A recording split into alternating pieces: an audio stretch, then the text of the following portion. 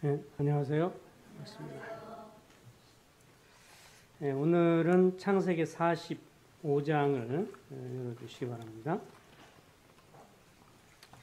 오늘은 창세기 45장에 드디어 이제 요셉이 형들에게 자기 자신을 알리고 자기 자신을 드러내게 됩니다.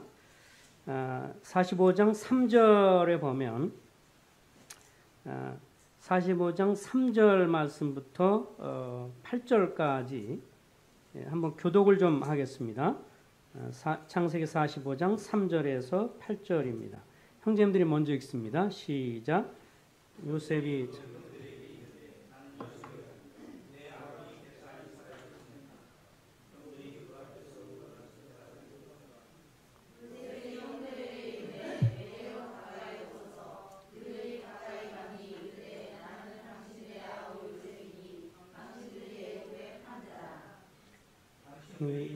요셉 바랐다고 해서 근심하거나 나를 하나님께서 생명을 보존하시려고 나를 당신들 앞서 보내셨나이다.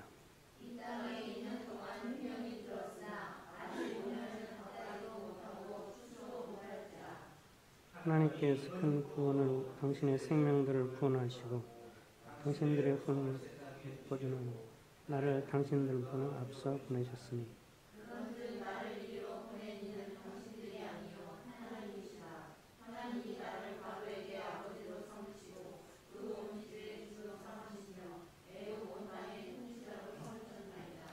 예. 이제 형들 앞에 요셉이 자기의 신분을 밝히고 그러면서 이들과 용서하면서 화해하는 장면이 나옵니다. 그래서 어찌 보면 이 45장을 일컬어서 이제 완전한 용서와 화해 과정이라고 이렇게 표현을 할 수 있는데요. 완전한 용서의 과정과 그 특징들이 나오게 됩니다. 전에도 이 부분에 대해서 같이 말씀을 좀 드린 적이 있지만 이 완전한 용서에 있어서 두 가지 이제 과정이 하나 나오는데요. 먼저는 이제 상처를 받았거나 그리고 다른 사람이 잘못해서 고통을 받은 사람 쪽에서의 용서가 있고 또 다른 면은 이제 진정으로 화해가 되려면 상처를 주거나 상처를 한 사람이 이제 사과하는 그런 내용들이 있습니다. 먼저 잘못한 사람을 주님 앞에서 미리 용서하는 과정에 대해서 살펴보도록 하겠습니다. 완전한 용서에 있어서는 먼저 잘못한 사람에 대해서 상처를 받거나 고통을 받은 사람이 주님 앞에서 미리 용서하는 것에 관한 겁니다. 요셉은 형들이 자신을 애굽에 팔았던 잘못에 대해서 그들이 용서를 구하기 전에 미리 용서했다고 볼 수 있습니다. 5절에 보면 이렇게 말하잖아요. 당신이 나를 이곳에 팔았다고 해서 근심하지 마소서, 한탄하지 마소서라고 이렇게 말을 했습니다. 한편으로 생각해 보면요, 형들이 이제 애굽으로 요셉을 팔아서 이제 애굽의 낯선 문화 속에 살아가면서 처음에는 굉장히 고통스러웠을 것이고 우리가 생각할 때 또 형들의 자기를 향한 배반에 대해서 얼마나 고통이 됐겠습니까? 두려움, 공포, 괴로움, 용서할 수 없는 증오, 분노. 그렇지만 이제 시간이 지나면서 그것을 계속 간직했다라고 볼 수가 없습니다. 만약에 계속 그런 형들에 대해서 용서하지 못하고 계속 그가 그런 가운데 있었다면 지금 이제 형들과의 만남의 장면을 생각하면 그가 17살에 이제 그 부모를 떠나서 이제 애굽에 팔리게 돼서 13년이 지난 다음에 이제 애굽의 통치자 밑에서 총무가 됐죠. 그래서 한 13년 맞죠? 네, 한 13년이라는 세월이 지났습니다. 그러고 나서 7년에 뭐가 있어요? 풍년이 있어서 이제 20년이 됩니다. 거기다 여기 앞에서 보면 나중에 설명할 때 이제 흉년이 2년 지나서 앞으로도 5년 정도 더 남았습니다라고 하는 걸 생각을 해보면 한 22년이라는 세월이 이제 지나서 형들과 대면을 하게 되는 것인데 만약에 그때까지도 형들에 대해서 미리 용서하는 것이 없었다면 그 마음은 그야말로 지옥의 고통을 계속 당할 수밖에 없을 거라고 생각이 됩니다. 근데 우리가 잘 아는 것처럼 이 앞부분에서 살펴본 대로 애굽 집에 팔렸을 때, 애굽의 보디발 집에 팔렸을 때 거기에 뭐라고 표현되냐면 주님이 요셉과 함께 하심으로 어떻게 했다고 그랬어요? 형통하였더라라고 하는 것을 말씀을 해주고 있습니다. 다시 말하면 하나님이 거룩하신 하나님이고 은혜의 하나님이고 자비의 하나님이시지만 거룩하신 하나님이기 때문에 만약에 요셉이 그 맘 가운데 증오와 미움과 이것이 너무 계속 많이 있었다고 한다면 이 주님이 그에게 이렇게 충만하게 임해서 형통했다 이런 표현들을 쓰기가 어려웠을 거라고 생각이 됩니다. 그런 것으로 볼 때 우리가 알 수 있는 것은 그 상처는 엄청 많이 받았고 상처가 없어졌다는 것은 아니죠. 그렇죠? 애굽의 형들이 자기를 애굽에 팔았던 요셉의 그 마음의 상처는 계속 가지고 있습니다.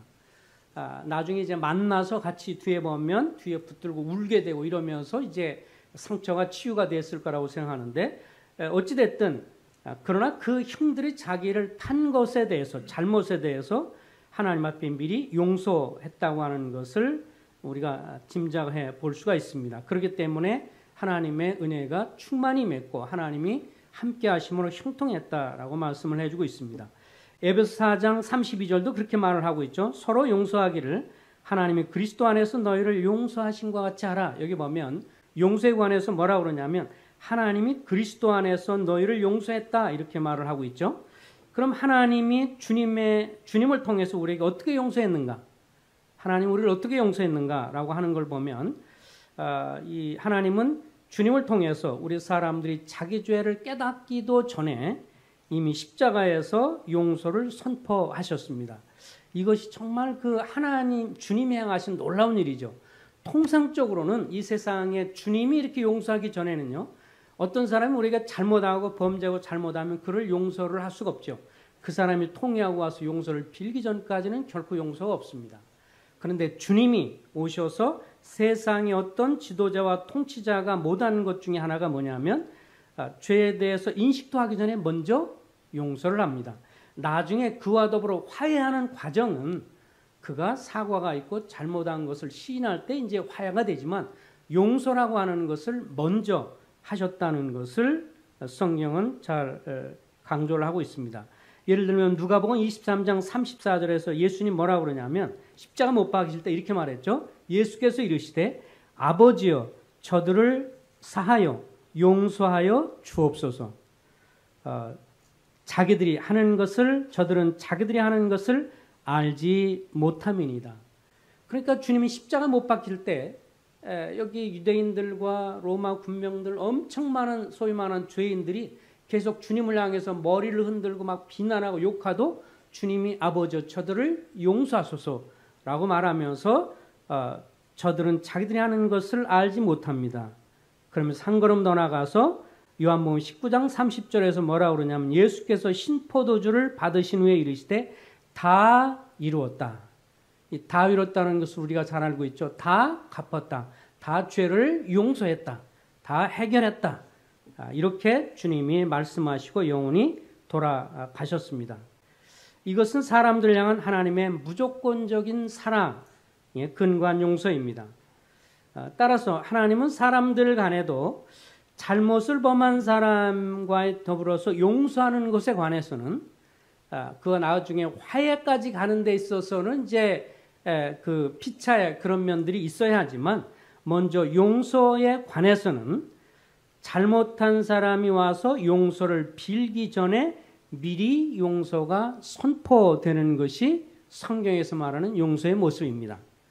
그래서 성경적인 용서는 어떤 사람이 나에게 잘못을 했다. 그럼 그 사람이 나한테 와서 사과를 할 때까지 내가 용서할 수 없다라고 하는 것이 아니라 그가 사과를 하러 오기 전에 이미 그를 용서하는 것이 성경에서 말하는 용서다. 이렇게 우리가 말을 할 수가 있습니다. 그렇기 때문에 누가복음 17장 1절 7절에서 주님이 70번씩 7번이라도 용서해라 라고 말씀하실 때 제자들이 뭐라 그러냐면 베드로가 그렇게 말했죠. 우리에게 믿음을 더해 주소서. 그래서 용서라고 하는 것은 전에도 강조했지만 어떤 나에게 상처를 주고 고통을 주고 나에게 잘못한 사람에 대해서 용서할 감정이 생겨서 용서하는 것이 아니라 먼저 이 주님이 그렇게 말씀을 하셨기 때문에 내가 용서할 감정이 없어도 하나님의 말씀을 의지해서 의지적으로 용서하는 것이고 또 그 사람을 향해서 믿음으로 용서하는 것이라고 하는 것을 말씀을 드렸습니다. 그래서 왜 이것이 중요하냐? 왜 이것이 이렇게 아니 그 사람이 와서 용서를 빌고 그래야 뭐 용서를 하지 그 전에 용서한다는 게 무슨 의미가 있느냐? 이게 1차적으로는요. 그 문제는 그 사람 나에게 상처를 주고 고통을 준 사람은 나중에 와서 사과를 하고 그렇게 했을 때 진정한 화해가 되지만 용서라는 것에 있어서는 내가 먼저 용서하는 것을 강조하는 것입니다. 그 이유는 왜 그럴까요? 그 사람 나에게 상처를 주고 고통을 준 사람이 문제가 아니라 상처와 고통을 받은 내가 그것을 계속해서 나를 상처를 주고 고통을 주고 나를 잘못한 사람에 대해서 내가 용서를 못하면 그 용서하지 못하는 것에 대한 미움, 증오, 고통 이것을 내가 고스란히 계속해서 받고 있기 때문에 그 고통 속에서 내가 괴로움을 받을 수 있고 그것이 나에게 영적인 복이 전혀 안 되기 때문에 누구보다도 용서는 상대방을 위해서라기보다는 1차적으로 누구를 위해서요? 나 자신을 위해서 용서하는 것이다. 이것이 그래서 주님이 이런 측면에서 우리 인생들을 아신다고 생각이 됩니다. 그래서 내가 누구를 용서하지 못하면요. 계속해서 미움과 증오의 굴레 속에 내가 갇히게 되고 1년 아니 하루 24시간을요. 어떻게 보면 깨어 있을 때 계속 그 문제가 나를 붙들고 발목을 붙잡습니다. 그래서 그런 측면에서 계속 생각나고요. 막 미웃고 증오가 되고 막 괴롭고 그러면서 계속 그것이 끝이 나지 않죠. 근데 만약 내가 용서라는 것을 그 나에게 잘못한 그 사람이 나한테 무릎 꿇고 와서 용서를 빌 때만 용서해 준다 그러면 만약 그분이 5년 지나도 안 오고 10년 지나도 안 오고 평생 동안 안 온다고 생각하면 어떻게 되겠어요? 나는 언제 용서해요? 평생 동안 용서를 못하고 그 괴로움을 내가 고스란히 당하면서 고통을 당하기 때문에 그런 측면에서 먼저 용서를 하는 것입니다. 여기 보면 형들이 와서 미리 용서를 하려면 형들 만날 때까지 몇 년 기다려요? 22년을 기다리는 거예요. 22년 동안을 요셉이 계속해서 형들을 용서하지 못했다. 정말 지옥의 지옥을 고통받으며 살았을 겁니다. 근데 그가 주님의 교제하며 주님이 그와 함께 하심으로 형통하였더라. 그들을 만나서 화해는 안 됐을지라도 그 형들이 와서 사과를 하고 용서를 빌어서 화해는 안 됐을지라도 하나님 앞에서 그들의 잘못에 대해서 미리 마음으로 주님 앞에 믿음으로 용서했다고 하는 것을 우리가 생각해 볼 수가 있습니다. 그래서 나에게 잘못한 사람에 대해서 주님 아무개를 믿음으로 용서합니다. 그를 주님께서 복 주십시오. 주님 내 감정은 그가 용서가 안 되지만 주님 내가 그곳에 계속 매길 원하지 않습니다. 누구 아무개를 용서해 주십시오. 이렇게 믿음으로 고백할 때 계속해서 그렇게 생각날 때마다 믿음으로 고백하고 그를 주님 또 원수라도 사랑하라고 했으니까 그를 용서합니다. 그에게 복을 주십시오라고 계속하면 나중에 거기서부터 자유와 분노와 증오와 미움의 감옥에서 자유를 누릴 수가 있다고 하는 것입니다. 그렇지만 솔직한 이제 두 번째로 진정으로 화해가 되는 과정은 솔직한 인정과 사과만이 참된 용서와 화해를 경험하게 해주죠. 그러니까 나에게 잘못한 사람과 더불어서 진정한 화해가 되는 것은 잘못한 사람이 와서 나중에 그것을 시인하고 정식으로 잘못했다고 인정하면서 사과를 할 때 온전한 나에게 잘못한 사람, 고통 준 사람이과 더불어서 온전한 화해가 되고 그도 하나님 앞에서 온전한 용서와 화해를 경험할 수가 있습니다. 그래서 그런 측면에서 이 그래서 주님도 십자가에서 우리를 위해서 다 돌아가셨잖아요. 그죠? 우리 모든 사람의 죄를 다 용서하셨다고 그랬고 십자가 주면서 다 이뤘다. 모든 죄값을 다 갚았다라고 했지만 그가 언제 진정으로 구원받고 주님과 더불어 화해가 될 수 있나요? 자기가 죄인인 것을 인정하고 하나님 내가 죄를 졌습니다. 하나님 떠나서 내 마음대로 살았습니다.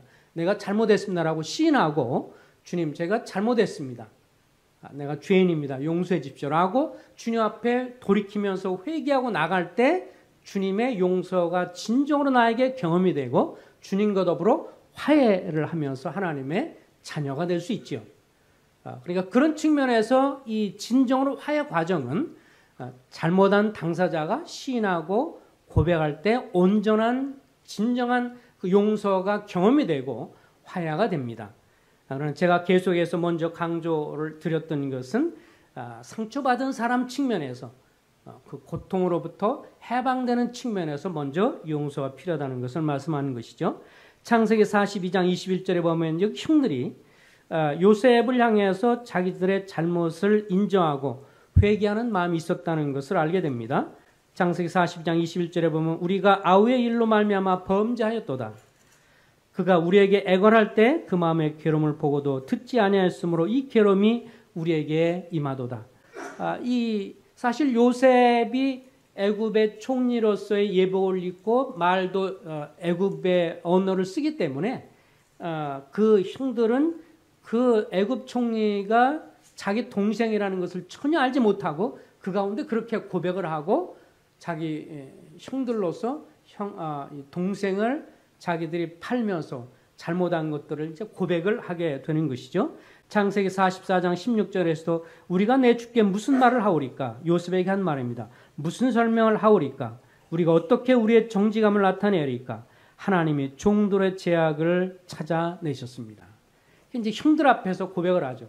그게 형인 동생이라는 것을 알았다면 그 앞에 용서를 빌며 그렇게 얘기할 텐데 요셉의 자기 자신 신분을 감추면서 요셉 편에서는 뭐를 확인하고 싶었어요? 지난번도 봤지만 진정으로 형들이 자기 잘못을 뉘우치고 있는가, 회개하고 있는가 이거를 확인하기 위해서 일부러 자기를 위장하고 총리라고 하는 것, 형을 요셉 자신을 들춰내지 않았기 때문에 그들 형 앞에서 동생 앞에서 직접적으로 사과는 하지 않았지만 그런 과정을 통해서 이들이 하는 고백을 통해서 진정으로 회개하고 사과하고 그런 마음이 있었다는 것을 충분히 확인을 하게 되는 것을 보게 됩니다.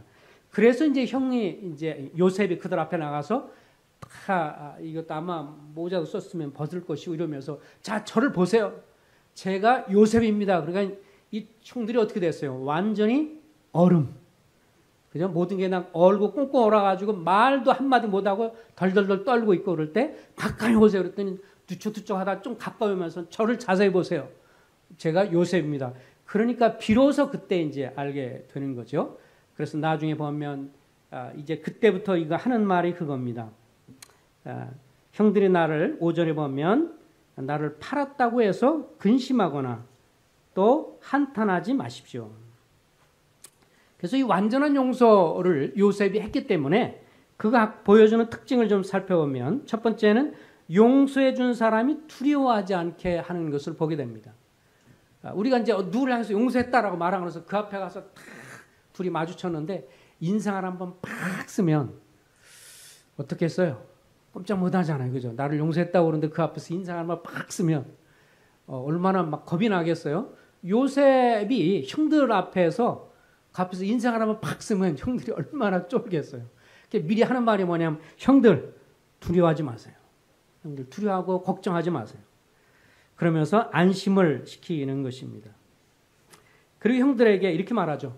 보복을 하지 않겠다고 하는 것을 말을 해줍니다.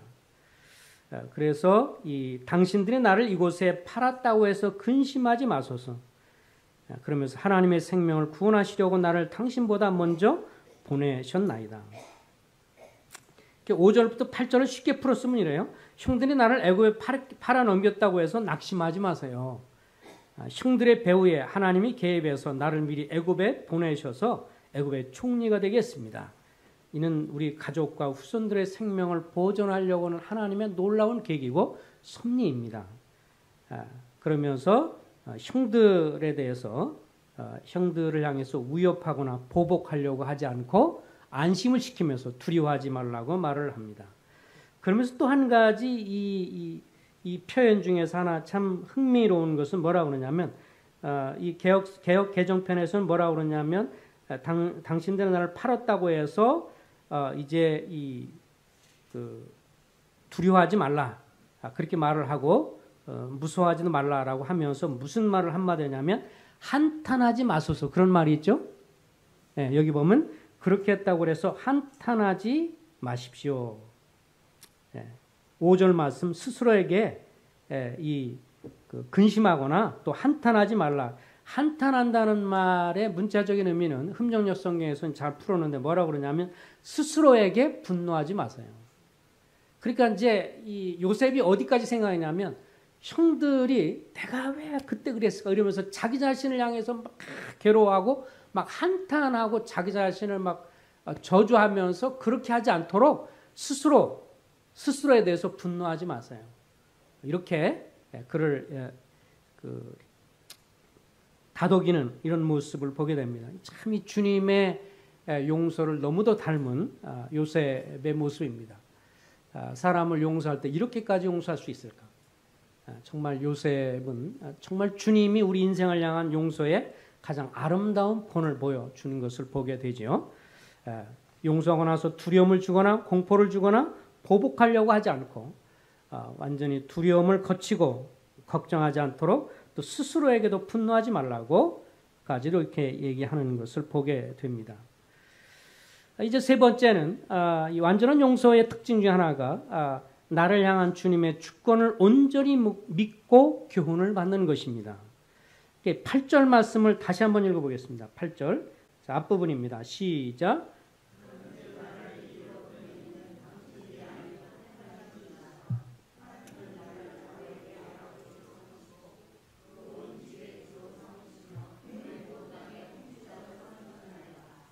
예, 이 요셉의 생애 특별히 뒷부분에서 형들과의 만나는 것 중에서 가장 아름답고 가장 놀라운 표현이 이 표현이라고 생각이 들어요. 뭐라고 그랬어요? 8절 앞부분에 보면 이제 나를 여기에 보낸 것은 당신들이 아니고 형들이 아니고 누구요? 하나님이라 이렇게 표현을 했습니다. 근데 인간적인 측면에서 보면 그 말이 맞지는 않습니다. 그렇죠? 인간적인 측면의 생각하면 형들이 요셉을 애굽에 팔아넘겼기 때문에 지금 애굽의 노예로 팔려왔다가 산전수전 공준전까지 다 겪어서 나중에 이렇게 애굽의 총리가 됐죠. 그런데 요셉은 하나님의 주권과 섭리에 대한 절대적인 신뢰가 있었던 것을 보게 됩니다. 그래서 그렇게 표현을 하죠. 사실 형들이 팔았지만 형들이 나를 팔았다고 해서 근심 걱정하지 마세요. 사실은 하나님께서 형들이 판 그것을 통해서 이렇게 나를 애굽의 총리가 돼서 우리의 가족들 그리고 후손들 나중에 메시아가 올 후손들까지도 구원하기 위한 거룩한 계획 속에서 뜻 가운데서 진행되는 것입니다. 하나님의 정말 주권적인 섭리에서 된 것입니다. 이렇게 고백을 하면서 이 하나님의 주권을 철저하게 받아들입니다. 정말 놀라운 고백이라고 생각이 됩니다. 만약에 우리가 이 땅을 살아가면서 나에게 일어난 일들에 대해서 불합리하고 나에게 일어난 일 너무 서럽고 고통스럽고 괴로운 일들에 대해서 하나님의 은혜와 섭리 가운데 나에게 유익을 주고 교훈을 주려고 주님을 닮게 하려고 이렇게 허락하셨다는 것을 입술로가 아니라 마음으로 정말 우리가 믿을 수가 있다면 우리는 정말 평안을 누릴 거라고 생각을 합니다. 그리고 사람들 관계 속에서 어려움이 훨씬 적으리라고 생각을 합니다. 다만 우리가 인간적인 측면에서는 어떻게 나에게 어떻게 형제님이 어떻게 자매님 나에게 이럴 수 있어? 이런 생각을 할 때는 끊임없는 상처가 있을 수 있겠지만 나에게 부딪힌 일들에 대해서 하나님, 당신이 그렇게 형제님이 이렇게 했고 자매님이 했지만 그 배후에는 사실 하나님이 나에게 은혜를 주시려고 그렇게 하신 것입니다. 라고 하는 것을 정말 믿을 수가 있다면 요셉처럼 요셉의 이런 고백은 다만 입술의 고백이 아니고 그 마음에 진실로 고백하는 것이었습니다. 그걸 어떻게 할 수 있냐면요. 45장 24절 한번 읽어보세요. 24절. 나중에 이제 형들을 보내면서 이렇게 말하면 24절 다 읽겠습니다. 시작.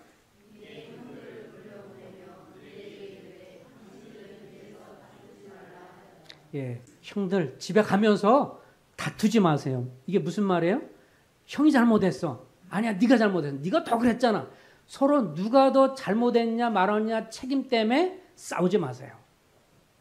그러니까 형들이 한 잘못에 있어서 그것이 이렇게 큰 게 아니에요. 오히려 그것을 통해서 내가 이곳에 와서 하나님이 나에게 이렇게 은혜 주셨고 하나님의 섭리를 이루는 과정이었어요. 그러니까 누가 더 잘못했냐 덜 잘못했냐가 중요한 게 아니에요. 하나님이 나를 이렇게 보내신 거예요. 그 과정을 그렇게 하신 거예요. 그러니까 돌아가는 길에 형들끼리 네가 더 그랬지. 아니야, 네가 잘. 서로 이거 갖고 싸우지 마세요.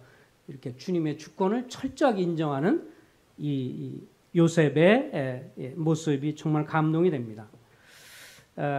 그래서 이 하나님의 이 섭리와 주권을 보았기 때문에 형들의 잘못에 더 집중하지 않았습니다. 그래서 요거 하나를 좀 제가 보여드리고 싶어요. 우리 사자성 하나 좀 보겠습니다. 이게 이제 한문으로 볼견자에다가 뭐예요? 달월자에다가 이질망자에다가 손가락 지자예요. 그러니까 이 말이 뭐냐면 달을 보기 위해서는 달을 저 봐라, 저 달 좀 봐라고 했을 때 달을 보기 위해서는 내가 손가락 가르치는 끝을 보지 말고 뭐를 보라고요? 달을 보라 이런 말인데요. 이게 사실은 과거에 한 10몇 년 전에 송찬영님이 한번 하신 말씀인데 지금 기억이 나서 좀 정리를 해서 좀 말씀을 좀 드리겠습니다. 이게 이제 원래 누구에게 있어서 삶의 변화를 준 말 중에 하나냐면 우리나라 조선 대한제국의 독립 운동가이셨고 나중에 이 임시정부의 주석이었던 백범 김구 선생 이야기입니다.